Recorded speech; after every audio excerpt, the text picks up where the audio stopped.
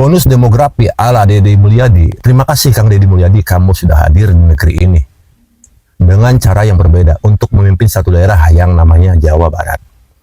Dan saya melihat ada satu konsep yang sangat besar yang dia bangun untuk menyelamatkan generasi emas, yaitu adik-adik kita semua. Kita paham, Indonesia diberikan keberkahan sumber daya alam yang melimpah, bahkan generasi penerus yang luar biasa besar. Tapi ingat, generasi muda yang tidak terarah masa depannya, tentu itu akan menjadi masalah untuk negeri ini di waktu yang akan datang.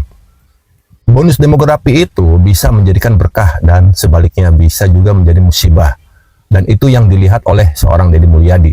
Dia paham bahwa saat ini tawuran di tengah masyarakat, terjebaknya remaja dalam hubungan seks bebas, kemudian mereka terjebak dalam minuman keras, kemudian terjebak di judi online, kemudian mereka setiap hari cuma di depan gadget untuk main game online dan seterusnya.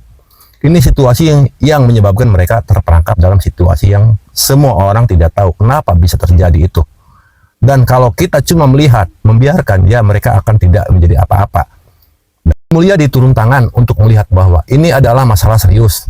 Dan dia beraksen untuk mengirim anak-anak ini ke barak militer untuk ditempa dengan patriotisme kebangsaan yang luar biasa untuk mengembalikan mereka ke jalan semestinya. Menjadi generasi emas di waktu yang akan datang, dan inilah konsep berpikir leader yang dinamakan without the box.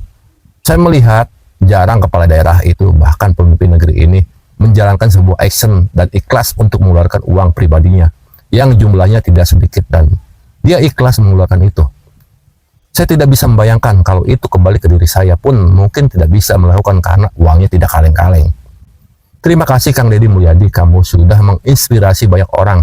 Semoga langkah baikmu diikuti oleh orang-orang kaya di Indonesia dan para pejabat di Indonesia untuk memberikan perhatian yang serius kepada generasi muda. Karena kita butuh mereka di waktu yang akan datang. Dan merekalah yang menjadi penerus negeri ini, menjadi negara adidaya di tengah persaingan dunia yang semakin tidak menentu.